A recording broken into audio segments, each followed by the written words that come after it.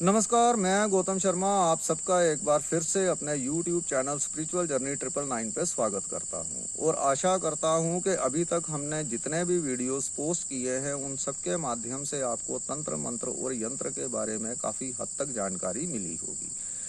तो आज हम बात करेंगे पितृदोष के ऊपर। बहुत से परिवारों में जो है वो पितृदोष लग जाता है। बहुत से लोग जो हैं वो पितृदोष से ग्रसित होते हैं। तो इसके पीछे के क्या कारण हैं कि किसी इंसान को या उसके परिवार को जो है वो पितृदोष जो है वो लग जाता है, इसके बारे में जानने का प्रयत्न करेंगे और उसके बाद इसके निवारण के उपायों पे भी विचार करेंगे। तो पहला कारण ये होता है कि पितृदोष लगने के ये कारण होते हैं कि आपके परिवार का कोई ऐसा सदस्य है जो किसी अकाल मृत्यु को, आकस्मिक मृत्यु को प्राप्त हो जाता है और उसे आगे जगह पितृलोक में जगह नहीं प्राप्त हो पाती है।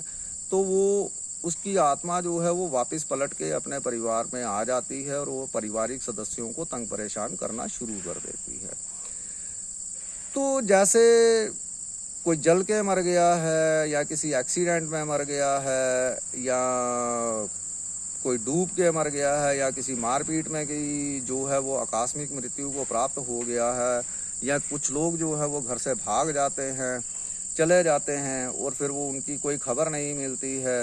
तो ऐसे लोग भी जो है वो बाज़ दफ़ा किसी हादसे का शिकार होकर जो है वो मृत्यु को प्राप्त हो जाते हैं। तो ऐसे जो लोग आकस्मिक मृत्यु को, अकाल मृत्यु को प्राप्त हुए होते हैं, उनकी आत्माएं जो हैं वो बाद में भटक के अपने घर परिवार वालों को तंग करना शुरू कर देती हैं, मतलब प्रेत योनि में पड़ जाती हैं।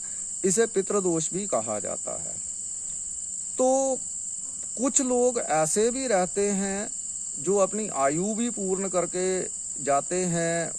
कोई आकस्मिक दुर्घटना में उनकी मृत्यु नहीं हुई होती, मगर उसके बावजूद भी जो है वो घर परिवार के सदस्यों को आत्मिक रूप से परेशान करना शुरू कर देते हैं, धन की हानि करना शुरू कर देते हैं, क्योंकि वो अपने जीवन काल में अपने पारिवारिक सदस्यों से खुश नहीं होते हैं। किसी न किसी कारणवश वो अपने पारिवारिक सदस्यों से नाराज रहते हैं। जैसे कोई घर परिवार का सदस्य उनकी सेवा नहीं करता है, उन्हें पूछता नहीं है, तंग परेशान करता है, उनका निरादर करता है, तो उनके मन में उन सबके प्रति एक दुर्भावना जो है वो जीते जी ही रहती है।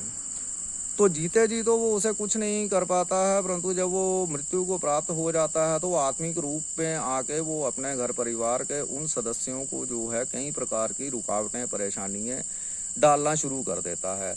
फिर जब इंसान जो है वो किसी तांत्रिक के पास जाता है या किसी ज्योतिषी के पास जाता है तो उसे मालूम चलता है कि उसको और उसके पारिवारिक सदस्यों को जो है वो पितृदोष लग गया है। इसके पीछे के कुछ एस्ट्रोलॉजिकल कारण भी हैं, जैसे पंचम भाव में आपका मंगल, सूर्य और शनि का होना या अष्टम भाव में राहु का होना। खैर इसके बारे में हम ज़्यादा बात नहीं करेंगे क्योंकि हम बेसिकली एस्ट्रोलॉजर है नहीं है, तो जो हमारा फील्ड नहीं है, हमारा रास्ता नहीं है, तो उसके बारे में हम आपको कोई ज्ञान बघारने की कोशिश नहीं करेंगे।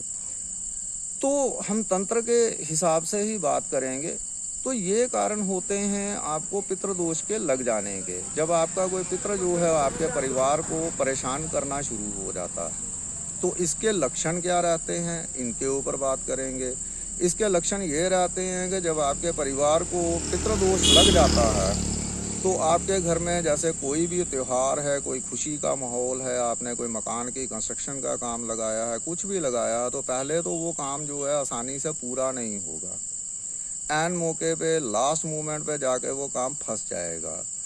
या कोई त्यौहार है तो उस त्यौहार में आपके घर में आग का लग जाना, इंसानों को मानसिक अवसाद रहना, धन की हानि होना, उनके बनते काम बिगड़ जाने, घबराहट होनी, हाथों पैरों को जलन पड़नी, इतनी अधिक जलन पड़नी कि सर्दियों के मौसम में भी कई बार आपके पैरों को इतनी जलन पड़ेगी कि आपको ब्लैंकेट के अंदर, कंबल के अंदर अपने पैर रखना मुश्किल हो जाएंगे।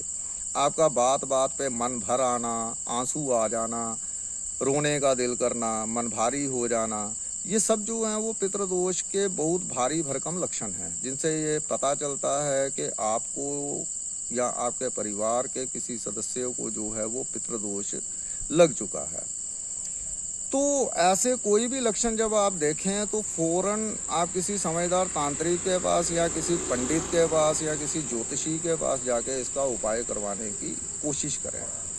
यदि आप ऐसा नहीं करेंगे तो ये धन हानि, मानसिक हानि और भी कई प्रकार की हानियाँ आपको दे सकता है, क्योंकि पितृदोष जो है वो मानसिक हानि बहुत अधिक करता है, जिसे आजकल की मॉडर्न पढ़ी लिखी भाषा में एंजाइटी एंड डिप्रेशन की बीमारी कहा जाता है।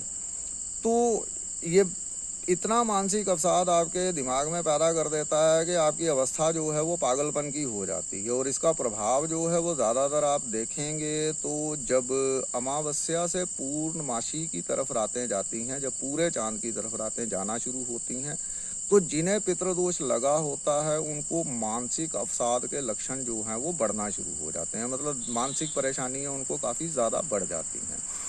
तो जब चंद्र घटना शुरू हो जाता है, घटने की कला पे आता है, अमावस्या की तरफ आना शुरू हो जाता है, तो इसका प्रकोप जो है वो थोड़ा कम हो जाता है। तो ये काफ़ी सारे लक्षण जो हैं हमने आपको बताए हैं, तो आपको समझ में आई होगी कि आपको किन कारणों से जो है वो पितृदोष लगता है। तो अगर हम इसके निवारणों की बात इस वीडियो में करेंगे तो ये वीडियो काफ़ी ज़्यादा लंबा खिंच जाएगा। तो इसके निवारणों की बात जो है हम इसके दूसरे भाग में करेंगे कि पितृदोष के क्या निवारण हैं, जो थोड़े लंबे ज़रूर होंगे मगर इतने सरल सुलभ होंगे कि आप आसानी से उन उपायों को कर सकते हैं, जिसमें आपका कोई बहुत अधिक धन भी व्यय नहीं होगा।